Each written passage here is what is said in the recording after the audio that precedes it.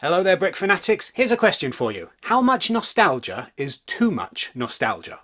This is LEGO 10320 Eldorado Fortress, one of the LEGO Group's more recent, very nostalgic offerings, following the footsteps of Galaxy Explorer and the Lion Knight's Castle. Each of these sets have approached the idea of a nostalgic retro revival of a classic LEGO set in a different way, and this one is perhaps the most controversial of the lot. So with the Galaxy Explorer, we got a new version of a classic old school retro spaceship, and it came with updated building techniques, it came with updated parts, it was larger, it was expanded, it took your memory of the original Galaxy Explorer and it blew it up to modern proportions. Because often when we go back and we look at the old school LEGO sets, they look and they feel very different to how we remember them, how we imagine them. And the genius of Galaxy Explorer is that it recreated the feeling of the ship, even if it wasn't accurate to the actual proportions and the pieces used in the original. Lion Knight's Castle is not based on a single LEGO set, but is rather based on kind of the feel of the entire castle theme from back in the day, mixing in a few elements that people will remember nostalgically from these older sets, like, for example, a forestman, different insignias that indicate different factions within the LEGO Castle wider theme. But the set itself doesn't have a specific anchor, a specific old school set that it directly aims to recreate. And this is brilliant as well because it gives that same feeling without then being tied too closely to any one previous older castle set. Eldorado Fortress goes in a third direction. Rather than attempting to expand or modernize something, rather than attempting to just create something fresh with the same feeling as an older set, this is a fairly accurate recreation of the old school original Eldorado Fortress, but with modern building techniques, with modern building parts, meaning that it's got the same kind of footprint, it's got the same kind of design. Basically everything on this is more or less the same as that old school original set. The original 6276 Eldorado Fortress debuted all the way back in 1989 and contains just 506 pieces. Some of these are very large pieces, for example the base, which is on this new model simulated with a lot of different pieces that build up that same pattern that was printed onto the original base. This set then attempts to recreate that and does so perhaps a little bit too faithfully. It's a little bit too similar to the original. For example, why is all of this at the bottom here black rather than a more modern brown or tan colour? The reason is because black was the colour of it in the original set. Now, of course, these things are entirely subjective, and many people absolutely adore the new LEGO Eldorado Fortress, but I've heard from many people that it just lacks something that some of these other nostalgic sets have, that there's some key element that's missing here, that it just doesn't have that X factor. Even people who've given it generally favourable reviews say the same thing to me, that it's just not quite as interesting as some of the other modern reimaginings. That said, I've not built it yet, and this feels like an excellent opportunity to explore the theme of nostalgia in LEGO and to really dig into that while putting this thing together, to see whether or not I agree with the feedback I've heard from other people about this set, that it's just lacking something, that it's too similar to the original, or to see if I have a completely different take on it, because as is often the case, many different LEGO fans have different needs from their LEGO, and perhaps this thing is right up my alley in a way that it's not in other people's. So then, am I going to get along with this LEGO set? There's only one way to find out. Let's start putting it together. Hello! Through the magic of movie editing, I am now speaking to you from the future, or at least slightly less far in the past, where I'm several bags through building the set, and I gotta say, the moment I opened the box, I immediately saw part of the reason why some people are having issues with this set, which is not necessarily to say a bad thing, it's just it immediately clicked for me. I looked at it and I said, oh, yeah, that makes sense.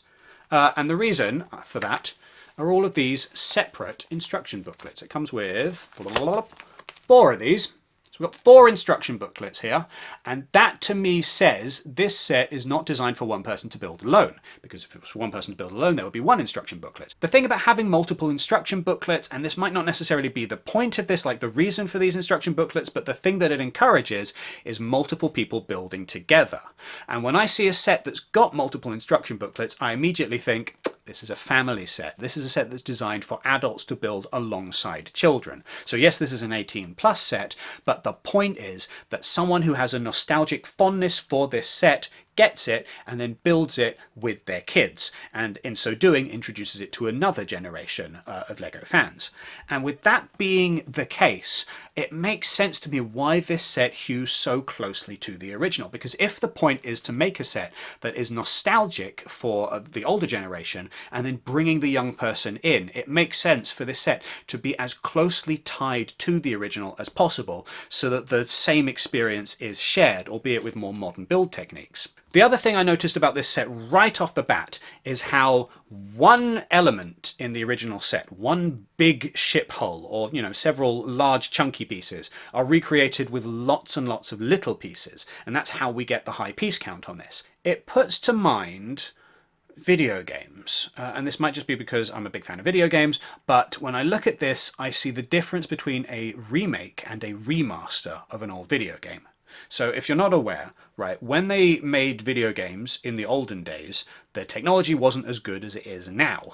And so a lot of the graphics don't necessarily look as good. And so what they do with these video games when they re-release them for more modern devices so that you can play them again, they give them a new lick of paint. They tend to update some of the graphics and try and make them a little bit more palatable now that you've played more modern, more high fidelity stuff. And these normally take two forms. Either you can have a remake or a remaster. So an example of a remake is Final Fantasy VII Remake. It's right there in the name.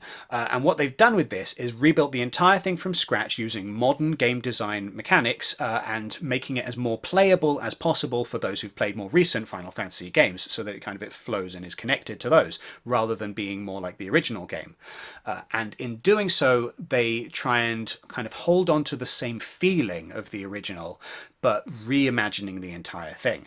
This is in contrast to a remaster, which is where they take the original game and they just add a shinier level of graphics over the top. They swap out textures, they swap out graphical elements, and it's the same game running basically identical to how it was before, but it's just slightly shinier, it's slightly newer, it's at a better, higher graphical resolution. And with this, it feels like a more high-resolution version of the original set, so it's a remaster rather than a remake. It is the same set, functionally, in a lot of ways, or at least that's how it feels to put it together at this stage. What it's lacking, perhaps, is that originality, the idea of kind of new and interesting ideas building on top of this, where some of the other kind of nostalgic sets that have come out in recent years have attempted to expand things and further things, and they're more like remakes rather than like remasters. So this thing is kind of the same experience, but it takes you a lot longer to put it together, because instead of going bump, bump, bump, that's your ship, you've got to build the entire thing out of much smaller elements. Whether or not you like that, I'm always hesitant to say that this is good or bad, because some people like different things from their build experiences, and it just so happens that one thing that I do like is the satisfaction of putting a lot of small elements into a thing and having it slowly build up.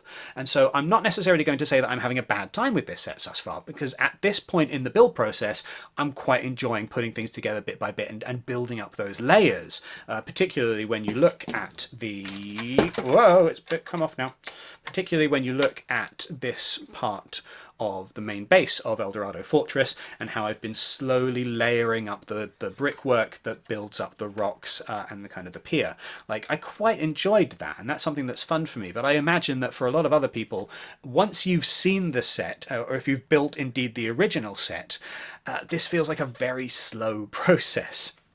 And that is just down to personal preference. For me, it kind of works, but I can absolutely see how other people, the process of doing something that is so close to the original, but just with more detail and with more bricks, might not necessarily feel as special as if they attempted to expand this and try different things and explore this kind of design of a set, but in a different way. The challenge with nostalgia is that we don't always accurately remember the past. It's wonderful to a certain degree to revisit some of these older sets because they're blocky and chunky and fun, and they feel nostalgic and retro because we have a connection to them from our past. But we don't remember all of the negative sides of the past LEGO sets that have come before us. We don't remember necessarily how basic some of them are, how simple, how designed for children they are, as opposed to these larger sets which are obviously more aimed at adults.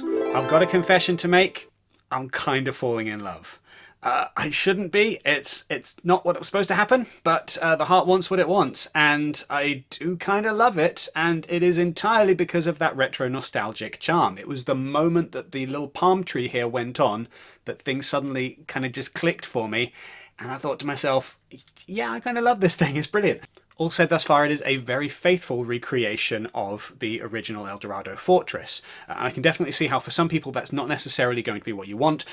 For example, the fact that from the original set there was that one big base plate with some elevated levels to it that here has been recreated with hundreds of smaller elements. And to a certain extent, as you're putting it together, you do think to yourself, oh, well, okay, all of this time is just going into building exactly what I already had.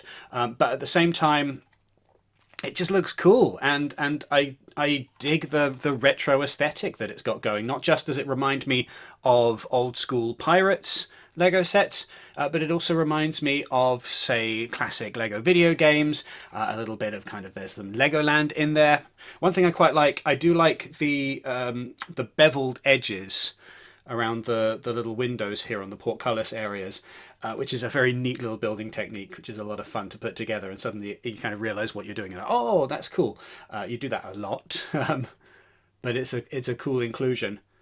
There was an alternate universe version of this video where, in addition to just reviewing the set, I was going to be taking it and expanding it and adding more to it and trying to add a little bit more detail, put in some slightly different bricks here to give it a bit more texture. And I don't necessarily think that that would have helped with the fundamental issues that people have with this set, because it's not just a lack of detail in its presentation, but it's the fact that it is quite a basic design because it hews so close to the original, and because there's not a lot of extra expansion. And that, I think, is the area where a lot of people are getting quite kind of disappointed by this set, because it doesn't have more going on than the original. And so perhaps an extra level of texture or detail, more additional greebling, would not necessarily have helped in solving the problem that some people have with this set. And I definitely see that as a criticism. It is exactly what the old one was, in terms of a lot of the play features and in terms of a lot of the design. At the same time, kind of testing my theory that I had about this set being for both adults and children, or certainly, you know, older and younger builders working together, I did something very, very dangerous that I don't normally do with review sets, and I let my children play with it. And you can see some of the evidence on here. For example, there's a feather sticking out of a brick here, and several of the weapons, the blunderbusses here, are gone. Otherwise, this thing has stood up phenomenally well to being played with. Most Lego for Adults sets do not survive that level of rigor and that level of exposure to small people and small hands.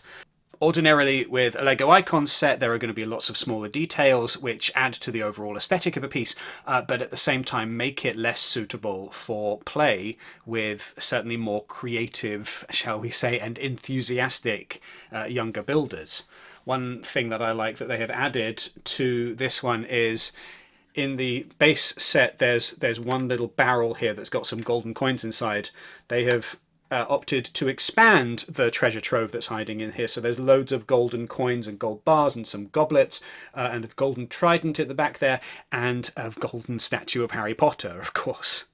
It is very rare to see a set that survives the level of bashing that my kids in particular give to a Lego set, with so few marks and so few missing elements to show for it. For a set for a grown-up who wants to build once and put on display, maybe this is not necessarily going to scratch your itch, but for a grown-up who wants to play with younger people and share the enthusiasm and the joy of that nostalgic Pirates theme from way back when with another generation, yeah, this works quite well actually, and I think that that might be the goal here.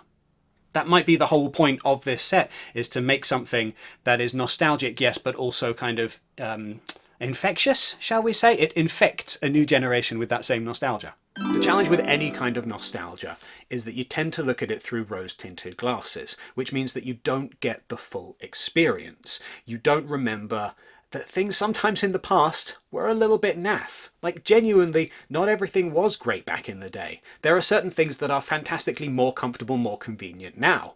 And to a certain extent, people who dwell on nostalgia often see the old inconveniences of the past as a wow factor, as a reason to hold on to these things. We will remember that things were more difficult back in the day. Lego sets were a lot blockier, and that was part of the fun because you had to use your imagination more, for example. Of course, this isn't just a Lego situation. You've definitely seen Facebook posts from your great aunt or great uncle talking about how proper bin men back in the day were real bin men, and modern bin men aren't the same bin men, and somehow there's some kind of imaginary quality in their mind that the bin men of old had that bin men of modern times just don't have. And of course all of this is absolute nonsense, but it's difficult to convince somebody of that when they've got such a strong emotional tie to the world as it was when they were younger.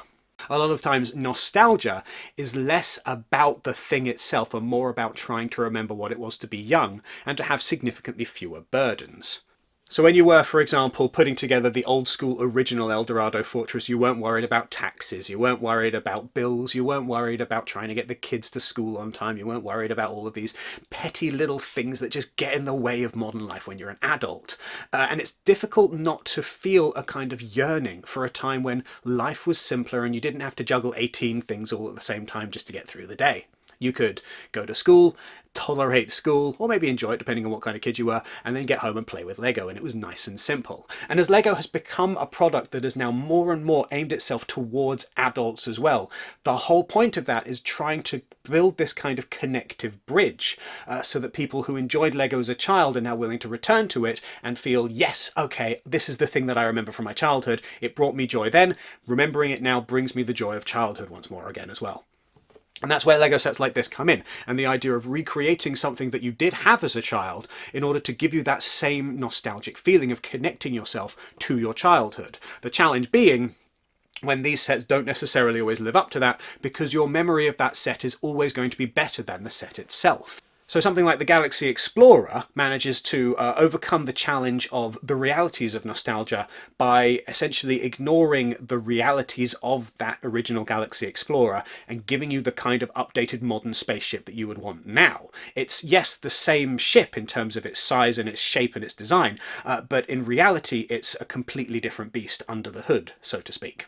Similarly, Lion Knight's Castle knows that you loved castles as a kid, knows that you loved all of the knights, the different forest men and the wolf men and all of these different packs, knows that you appreciated Magisto the wizard, and then wants to give you that same feeling, but then takes the opportunity to expand, explore, think about it from an adult perspective and give you a bunch more details than you would ever get in that kind of set. And then we have Eldorado Fortress, which is so close to the original that a lot of people say, I could just rebuild the original, or at least I could if it wasn't ridiculously expensive to do so. Is this thing bigger than the original? Because I thought it was supposed to be about the same size, but as I'm adding extra modules to the build, it feels like it takes up a larger amount of space. It might just be my imagination, but maybe I'm wrong, and maybe this is actually a larger set. I find some of the storytelling in this one particularly interesting for its, shall we say, tell, don't show approach. So in the instruction booklet, there are little notes which fill you in on the details of how Eldorado Fortress has changed over the years, which are entirely useless if you don't happen to read the language that the instruction booklet is written in. So having an English one is fine for me, but it might not necessarily help somebody else.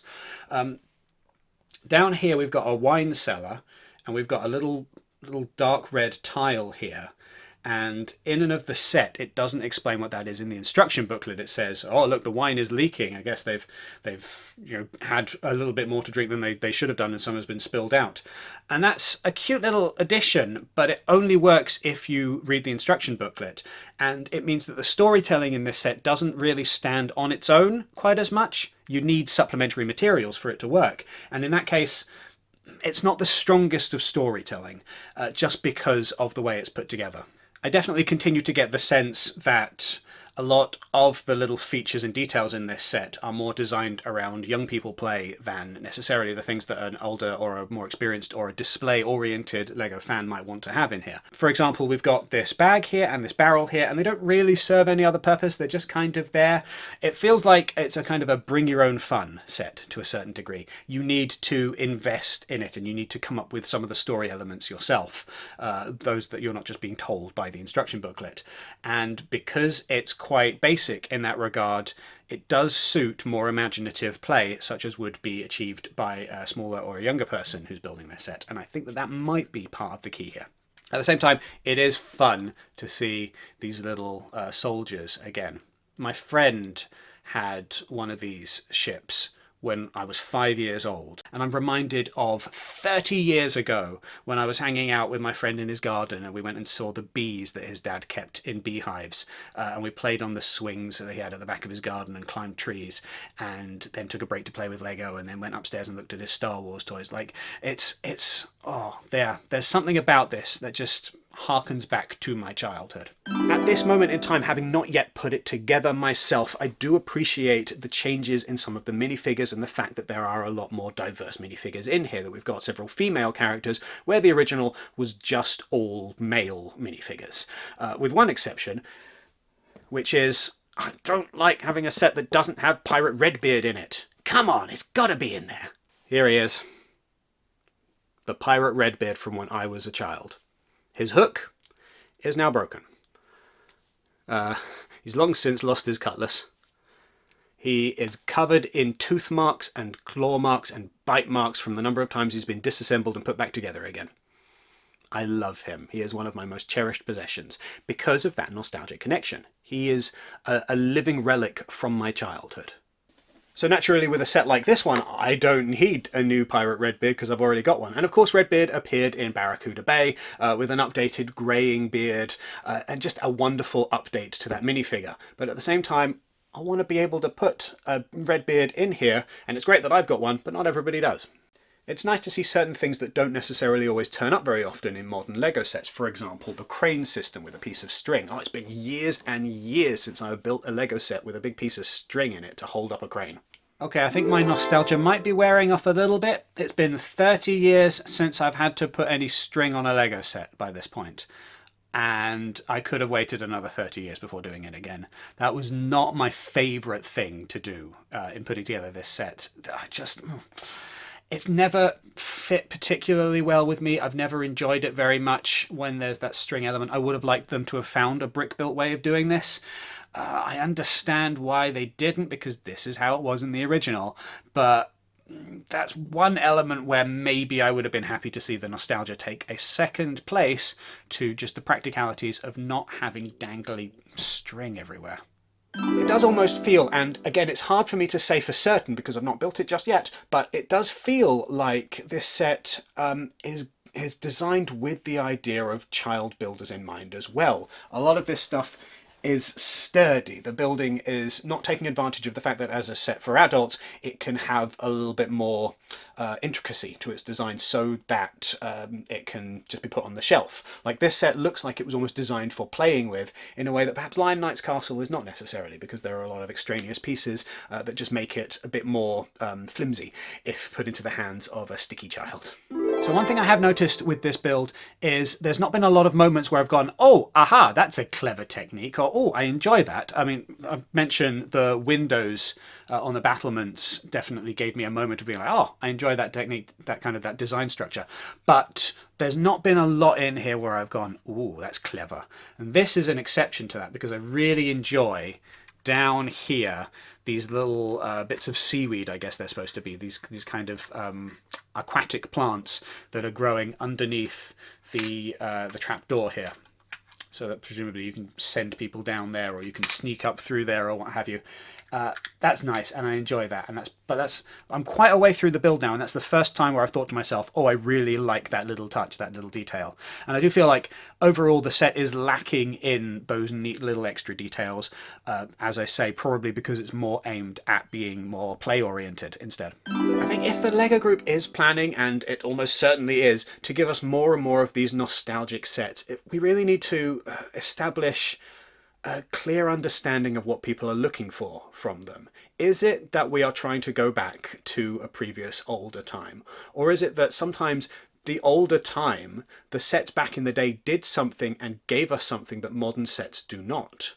Like, there is potency in the branding of some of these older sets, and this pirate theme in particular, even with more modern ships, they continue to sell very well.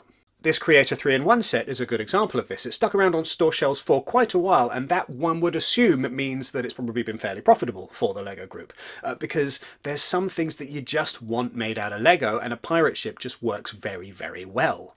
This has stuck around longer than, for example, Viking Village, which is a similar Creator 3-in-1 set but is retiring this year after a shorter time on the market. And it's an indication that perhaps this pirate ship has something that people want that they're not necessarily getting from every other classic LEGO theme that's reimagined.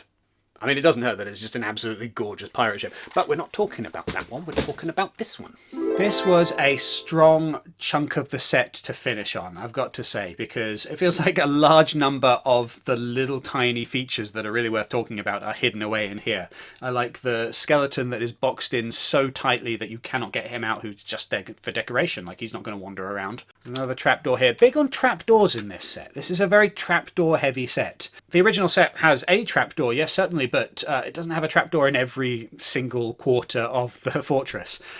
One would wonder really how efficient this fortress is if it's got this many secret trapdoors. Again though, with all these trapdoors as a main feature of the set and a main area where a lot of the kind of the ingenuity and the adventurous kind of creativity come out in this set, I do definitely get the sense that this set is not really meant to just sit on display. It is meant to be played with, but not necessarily by a grown-up, where you get some play features that do feel more aimed at grown-ups. I think the first one that jumps to mind is the Ornithopter, the Dune set, where that's definitely a set for grown-ups because kids shouldn't be watching Dune, but at the same time it's full of play features that appeal to adults and are just fun to manipulate. Whereas with this set, I feel like a trapdoor in and of itself, or 3 or 4 in this case, won't grab an adult in quite the same way that it'll grab somebody who's got a bit more creativity and imagination. And adult and child is entirely relative here, because if you're a 35-year-old man and at the same time you're a child at heart, then you're definitely going to still be able to play with these. And at the same time, if you're a lot younger but you need to have a bit more structure to your play and a little bit more kind of encouragement or direction, then you might find that this set doesn't really meet your needs. This set, I feel, is definitely more for someone who wants to put a lot of themselves into it. It's a blank canvas, so to speak. There's a lot of room for personal interpretation and creativity, and a lot of just personal investing of oneself in the narratives that play out. And for that reason, it's probably a perfect set if you are looking to build as a family, and it might not necessarily be as appealing if you just want something that is similar to something that you remember from your childhood, but fleshed out and given a grander, more complete feel. The fact that I have so many stories, so many fond memories of the pirate theme in general from when I was a child is an indication of how these things stick with you. Something that you enjoy as a child, a particular flavour of LEGO, will likely continue to stick with you for years and years afterwards, which is where these kinds of nostalgic sets come in, as long as they are handled well. And yes, I absolutely admit there are things that I get from a pirate LEGO set still to this day that I do not get from other themes. Like, there is something there that ignites something within me, and whether that is a connection to my childhood, or whether, and this is entirely possible, this is just because of a love of pirates that old school LEGO has inspired, is difficult to say. Regardless, the ultimate fact is, when there's a LEGO pirate ship around, or indeed a LEGO pirate related set around, it makes me happy. Okay, so the whole thing is actually the same size as the original. That's really, I didn't expect everything to kind of click into place absolutely perfectly here, so that it's just exactly the same footprint as the original set. That's quite clever, actually. I quite like that. Or you can arrange it in different ways. You've got a lot of other options. I'm just going to take that, put that there. That's just bothering me. Oh, goodness, string. Why is it string? One thing I quite enjoyed in slotting this whole thing together was I just happened to have a soldier positioned right here on the kind of the crew's quarters in the middle, or the area where they're having a little drink, and it just so happened to make him sit right here, like he's stood by the pot and he's watching the food that's cooking, just by complete accident, but that was just fun to do. I also do appreciate that obviously the design is kind of modular and you can arrange it however you want. It doesn't have to be in this particular shape, but when it is this particular shape, it nicely, snugly fits into one of those Kallax shelves. And there's something to be said for a Kallax-sized Lego set. It just makes display and storage so much easier. I've got to say, I definitely get where people are coming from in not loving this thing. And at the same time, I also see its benefits and who is going to get a lot out of this. If you're looking for a display set, if you're looking for something that pays homage to the old Pirates theme while expanding and doing something different and interesting with all of the new build techniques that are available now, this might not necessarily be the set for you. At the same time, as a play set, it's pretty cool. It's got a lot of good stuff in it, and it's quite sturdy and will stand up to a lot of fairly rigorous play in a way that a lot of larger, for adult sets don't necessarily do. It's a good one for introducing kids to Lego and to the Lego Pirates theme as it was several hundred years ago. I found out why there's no Captain Redbeard in here. It's because, well, there's a thing in the instruction booklet that says if you want to, and you've got Barracuda Bay, you can just dock the pirate ship right up next to Eldorado Fortress. And so that makes sense. This is meant to be a companion piece, that maybe the main event, the star of the attraction, is Barracuda Bay, and this comes along as a secondary piece, something to sit next to that, but which perhaps lacks a little bit of the inventiveness and the ingenuity that we saw in Barracuda Bay, and so maybe doesn't stand up quite as well on its own as it does as a companion supplementary piece. So ultimately, is this thing a bit basic? Yes, in places, definitely. Is that a bad thing? That depends on what you personally are after from your Lego. If you are happy to bring your own fun and invent your own creative stories for this, if you are willing to take bits of it and replace things and change things around as you see fit, if you want to arrange it to your own personal satisfaction, and indeed if you want to be using this for play or for interacting with several different generations of Lego fans, then this is going to work very well. At the same time, if that's not your jam, there are definitely some other nostalgic Lego sets on the market which might scratch your itch a bit better. And indeed, if you're not interested in a set that needs to sustain the rigorous play that a smaller person, some sticky fingers, might generate, then this might not necessarily be the perfect choice for you.